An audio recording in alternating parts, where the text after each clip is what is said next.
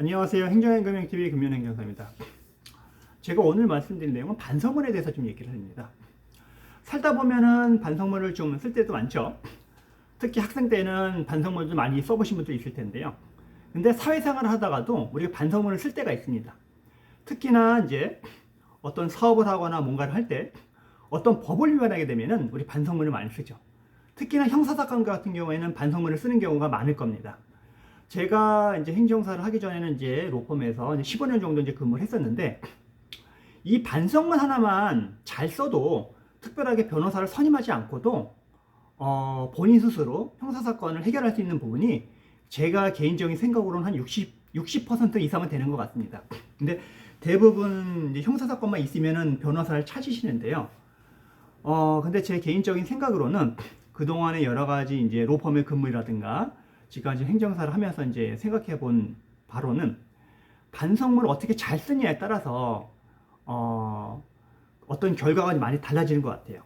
그래서 특히 이제 형사사건 같은 경우에 어떤 잘못한 게 명백한 부분이 대부분입니다.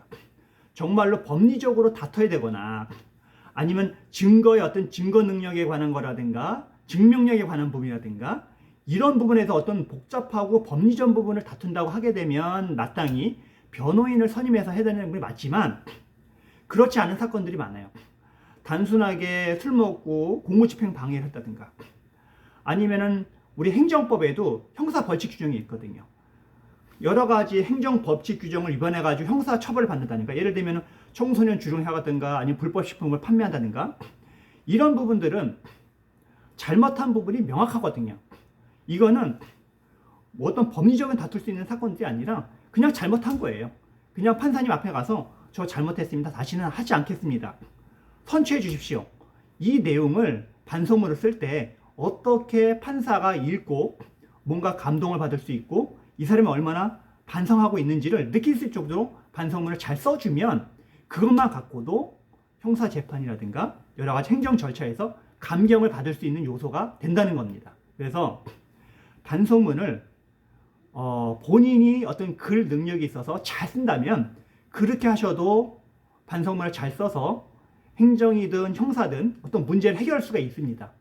만약에 그렇지 않고 어떤 글을 쓰는 능력이 좀 부족하다면 전문가를 통해서 반성문이라도 잘 써서 충분하게 그 사건을 대처할 수 있는 부분이기 때문에 굳이 많은 돈을 들이지 않아도 뭐 변호사를 선임하는 형사사건 경우도 굉장히 많잖아요. 비용이 뭐 500만 원, 뭐 1000만 원 이렇게 달라고 하시는데 그것만도 저렴한 비용으로도 얼마든지 그 사건을 해결할 수 있는 부분이 많습니다.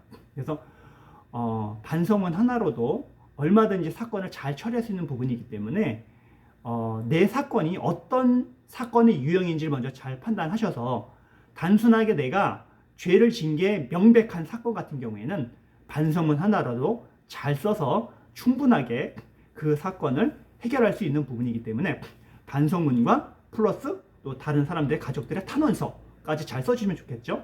이것만 갖고도 선처를 충분하게 받을 수가 있습니다. 그렇기 때문에 이런 부분들 참 팁으로 갖고 가셔서 생활에 어떤 유익한 어떤 정보가 됐으면 하고요. 이런 일이 있으면 안 되겠지만 혹시라도 그런 일이 있으시면은 제가 말씀드린 내용을 좀 참고를 해서 반성문을 잘 써서 진행하시기 바랍니다. 네, 감사합니다.